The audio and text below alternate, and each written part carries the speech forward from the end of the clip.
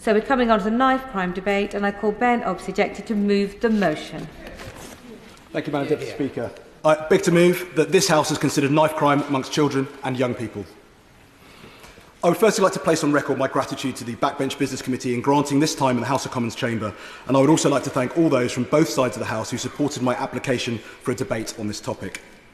There are some issues that I believe rise above the Punch and Judy vaudeville that characterises so much of our political debate. I called for this debate because I believe it is a topic that Parliament needs to discuss bravely, honestly, frankly and robustly. I believe it transcends party politics and party lines. It is a debate that I've been calling for several years, since long before I became a Member of Parliament myself. I wholeheartedly welcome this government's pledge to halve instances of knife crime over the next decade. The previous government sought to tackle knife crime and was sadly unable to do so effectively. And though I don't doubt either government's intent and desire to achieve that aim, I am sceptical that this government will fare much better than the last. For all the hype and the fanfare, this is an issue that repeatedly falls by the wayside until it is thrust back into the spotlight with the tragic death of yet another child. Put simply, I don't believe governments of any hue have shown the mettle required to tackle this with the resources, approach and focus that is required. There are no easy solutions to this issue. The government's most recent data shows that of 19,903 offences resulting in a caution or conviction for possession of a knife or offensive weapon, juveniles aged 10 to 17 years old were the offenders in 18% of cases. A community sentence was the most common sentence given to those 10 to 17-year-olds, 61% of all knife and offensive weapons offences across that age demographic. Over the past decade, 10 to 17-year-old offenders showed the biggest decrease in average sentence length, with a 25% decrease from 8.1 months in March 2014 to 6.1 months in March 2024. Around 70% of youth offenders were committing their first offence. 57 young people aged under 25 were murdered with a knife or sharp object in the 12 months to March 2024. 17 of those 57 were children aged under 16. In 2023, the most recent year for which the data is available, just 6.5% of knife and offensive weapon offences resulted in immediate custody. With a 93% chance of not going to prison, why should anyone carrying a knife fear the law? Prior to becoming the MP for Huntingdon, I spent a decade working in London and lived in Haringey in North London. At that time, Haringey had the second highest rate of knife crime in London. It is difficult to explain what it is like to live in an area of London where murders and stabbings become so commonplace as to elicit little more than a shrug from local residents, where police tape closing your road or your local park is normalised to the point of merely being an inconvenience, where the murder of a child doesn't make the national news, where 5 children being charged with murder doesn't make the national news, as was the case with the murder of taxi driver Gabriel Bringuier in 2021. This desensitisation is but one part of the problem. Over a 3-year period, there were at least a dozen fatal stabbings within a mile of my front door. Several of those victims were children, half of those arrested in connection as the perpetrators were too. I remember the murder of Stelios Averkiou, 16 years old, stabbed multiple times by his assailant after he resisted his mobile phone being stolen in the Lordship Recreation Ground. I was in the park shortly afterwards and saw the aftermath. I remember for weeks afterwards the handwritten posters on the trees around the park asking for anyone to come forward with information. I remember the murder of 17-year-old Anas Mezena, fatally stabbed near Turnpike Lane Station in another fight over a mobile phone. The 17-year-old boy guilty of the stabbing had dozens of videos on his own phone posing with large blades. Whilst on remand in a recorded phone call, he'd stated, "Just wanted my little chinging, you get it? My first little juice on my blade. It's just gone in my man's arse. The whole 15 went in down his arse." Anas died from a fatal stab wound to the buttocks from a knife with a 15cm blade. All 5 charged with the murder were children. I remember the murder of 17-year-old Ali Baygoran, stabbed in the neck twice outside his home just across the road from the Tottenham Hotspur Stadium. His murderer, a 16-year-old boy, was on bail, having only 9 months before stabbed a 14-year-old boy in a dispute over a lighter, leaving a knife buried in his chest. That boy survived. There are dozens more. On Tuesday, a 17-year-old boy was stabbed after a mass brawl involving young men armed with machetes erupted in Forest Gate, East London. On Monday afternoon, a 15-year-old boy was stabbed in broad daylight in Turnberry Park in Birmingham.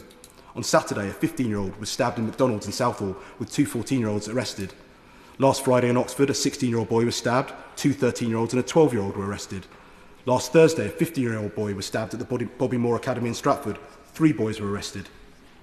Last week in Yorkshire, a 15-year-old boy was found guilty of the attempted murder of a 14-year-old girl with a samurai sword on a camping trip last November. She suffered 10 wounds, including damage to her lung and her liver. The forensic pathologist report said she was lucky not to have been killed. The court heard claims he'd been offered £20 by a friend to attack her. These are not isolated incidents. These are a daily occurrence across the country. These are vicious, feral, deranged attacks, traumatic for the victims and for those involved, and yet they are often little more than a passing headline and list of other, more newsworthy tragedies. We're all aware of the role that social media plays in this context and how their algorithms can facilitate a dangerous influence on young users. For children and young people, their world is small, often limited to their school, their friends and people they know in their neighbourhood. But with access to social media, that changes. Their world remains small, but the issues within it amplified, blown out of all proportion. In their 2021 paper, Knife Crime in the Capital, Policy Exchange wrote, "The frequency with which young people associated with gangs are confronted with violent videos on social media shifts their perception of normality, desensitising them and increasing the chance that they will react violently. It also reinforces the perceived need to carry weapons for protection." In the intervening period since that paper was written, that same influential factor has rippled outwards to children not associated with any gangs, who exist in a very online world where it is all too easy to become seduced by the belief that carrying a knife is a normal and essential aspect of everyday life, that the threat of attack is ever present, and that carrying a knife is a key component of self-defence. Police forces have even now altered their approach to sharing images of weapons seized during operations after feedback that this in itself contributes to the process of desensitisation and simultaneously makes young people feel that their local area is unsafe, thus encouraging them to carry a knife themselves. But you need look no further than the social media platforms that we ourselves use: Instagram, Snapchat, TikTok. I use YouTube every day, but scratch the surface and you can find harmful content such as scoreboard videos outlining who has stabbed or killed whom in localised turf wars for gang supremacy.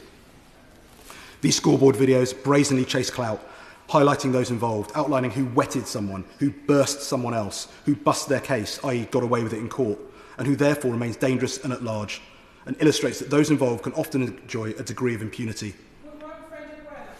I'll give way. Thank the Honourable Member for making such an impassioned speech on this. He's just outlined some of the roles of the social media companies. Does he agree that the same rigour that we use rightly to catch some of the perpetrators committing some of these crimes should be applied to the social media giants who refuse, in some cases, to take down really explicit and graphic images on their website saying it doesn't breach their content? I would absolutely agree with the Honourable Member, and that is a very valid point. I think that the social media companies themselves, they know full well that this content is there, and their ability to moderate it could easily be created. These are billion-dollar companies, and if they wanted to take this stuff down, they could. So it is about willpower, and I think it's part of our responsibility in this House to try and make sure that that happens going forwards. Fear of being stabbed or killed far outweighs any fear of the police. You only need to watch one of these videos to see how an endless immersion into this world can negatively cloud your judgment. When I asked the Justice Minister if such videos would be used as evidence in order to prosecute the government's new law of possession of a knife with violent intent, I didn't receive an answer to that aspect, and I'm not sure if the Minister quite understood what I was making reference to, but I would ask the Policing Minister if she could address that specific point in her summing up at the end of the debate. Would my honourable friend give way? I'm very grateful to my honourable friend for giving way, and can I congratulate him on securing this important topic and making a very empowered speech on this. He's talking about the dangers of social media influencing often boys and young men. One of the key aspects as well is their role in society and the lack of clear role models. Would he join me in paying tribute to the former England football manager, Sir Gareth Southgate, who in his Richard Dimbleby lecture this week articulated that, the importance of role models and for boys and young men to get involved in active sport so that they then become normalised in that setting and not be drawn into this dreadfully violent world. I thank my honourable friend for his intervention, and I would absolutely agree with that. And it's something that I mentioned later on in terms of the interventions that have taken place with regards to trying to get people into a more collegiate and embracing atmosphere. But I think the issue of role models is one that's very valid, and sadly my speech is already long and I would have loved to have covered that in more detail as well. But I think that is a huge aspect of the reason we see young men being drawn into this type of violent world. Scoreboard videos are inextricably linked to drill music, and whilst drill music is a genre, it is also the medium by which various groups, come gangs, are able to taunt their ops. The catalyst for multiple stabbings, often fatal. The line between gang and group are blurred to the point of irrelevance. Meanwhile, the media either doesn't know or doesn't care. Inner city black youths are, whether consciously or unconsciously, expendable and interchangeable. Overrepresented in statistics as both victim and perpetrator, the soft bigotry of low expectations makes black culture ripe for exploitation as a cheap way to appear edgy, irrespective of the upstream impact. But media, large corporations, even the BBC, play their part in the creation of this milieu, leaning into it and giving it validation. The cynical valorisation of the most detrimental aspects of urban black culture and the celebration of criminality via musicians is one of the most toxic, overarching influences on how we have pushed this issue into the mainstream. Irving Ajayi, aka Heady One, went to prison 3 times as a teenager, amongst them for dealing crack cocaine and heroin. In June 2019, Ajayi was arrested for possession of a knife following a stop and search. Whilst on bail, Ajayi completed his UK tour, released his album, which reached number 5 in the UK charts, appeared on Stormzy's album Heavy as the Head, played Glastonbury and was featured on BBC Radio 1, was used in an advertising campaign alongside heavyweight champion Anthony Joshua for JD Sports, and also fronted an advertising campaign for Adidas that December. That's the same Adidas who ran their No More Red knife crime awareness campaign alongside Arsenal FC just a couple of miles down the road shortly after that, but are also happy to run an advertising campaign with a rapper on bail for possession of a knife. The hypocrisy of brands like Adidas is off the scale. Less than a month after launching this Adidas promo, Ajayi was sentenced to 6 months for possession of that knife and went to prison for a 4th time. He was released that April. 6 months later, his single is number 2 in the charts, and he's having praise lavished upon him by the Times newspaper, and he's never looked back. How does this convince anybody that there is any penalty whatsoever for carrying a knife? If anything, it's been an asset for someone like him, the edginess I referred to earlier. In September 2019, The Guardian published a piece about UK drill rappers OFB, who hail from the same Broadwater farm estate in Tottenham as Irving Ajayi, stating that the drill trio OFB are trying to move the genre beyond the violence for which it has been demonised. The interview is with 2 of the 3 in the group, Banda K, aka Kamani Duggan, the son of Mark Duggan, and Double L's, casually mentioning that the 3rd, 17-year-old SJ, is not around today. Several months later, it subsequently transpired that SJ, aka Jaden O'Neill Critchlow, was not around today because he was on remand for his part in the murder of Kamali Gabon Link 7 months previously. O'Neill Critchlow was one of 5 young men, 4 of whom were teenagers, who received lengthy sentences of 20 years plus after they arrived on Wood Green High Street on a Friday night armed with machetes, a handgun and a shotgun. Shot at Gabon Link, missing and hitting a packed Nando's restaurant, and chased him down the street, eventually cornering him in a hair salon where he was shot and brutally hacked to death. For his part in the murder, O'Neill Critchlow was sentenced to 21 years. I remember this because it happened 300 metres from my home. I challenged the author of the piece as to why it was appropriate to write a puff piece about a group that had 1 member on remand for murder. He cited that it was an editorial decision by The Guardian. Last year, Kamani Duggan was sentenced to 5 years in prison for possession of a Tokarev pistol and a .22 calibre ammunition with intent to cause fear of violence, the violence which has been demonised. This is precisely the type of irresponsible media valorisation that illustrates my point. Yes, I'm very grateful, and I congratulate him on bringing to this House this horrific catalogue of embarrassing incidents. I say embarrassing to members of this House and previous administrations because we have been asleep on the job.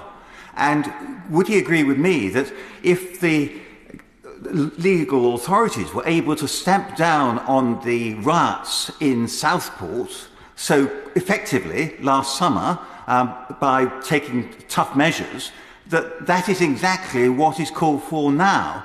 And talk about reducing the incidence of this by half over 10 years is totally inadequate. What needs to be done is immediate action to make an example of this type of crime and deter others from participating. I would agree with my honourable friend, and I think one of the issues that we have is that the law just simply doesn't act as a deterrent to many of these people. They are far more scared of their immediate surroundings and the danger posed to them in everyday life than they are of being arrested by a police officer, knowing full well that they are unlikely to go to prison unless they have done something as heinous as some of the acts that I've already described. Kieran Thapper, the author of the piece I just described, recently appeared before the Youth Select Committee last December in his new role as Director of Public Affairs and Communications at the Youth Endowment Fund. There he explained how drill was an outlet for those involved to express the trauma they've experienced in their lives. Adverse childhood experience is a key part of fueling the likelihood of vulnerable individuals becoming involved. There is a broader question here about immigration, and immigration from countries where experiences of trauma, brutality, war are all contributing factors in youth behaviours within multicultural inner-city communities. The Youth Endowment Fund does important work on knife crime, and their toolkit is often cited as a key resource in providing the tools required to reach children.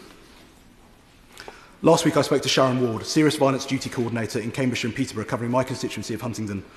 The Serious Violence Duty was introduced by the previous government in January 2023 and requires local agencies to share data and information to help identify the root causes of serious violence occurring locally.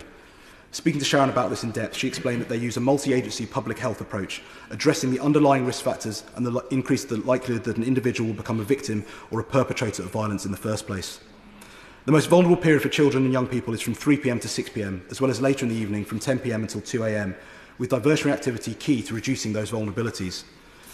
She outlined how the path to becoming involved in violence is a slippery slope, where participation in antisocial behaviour is linked to those who progress to more violent crime.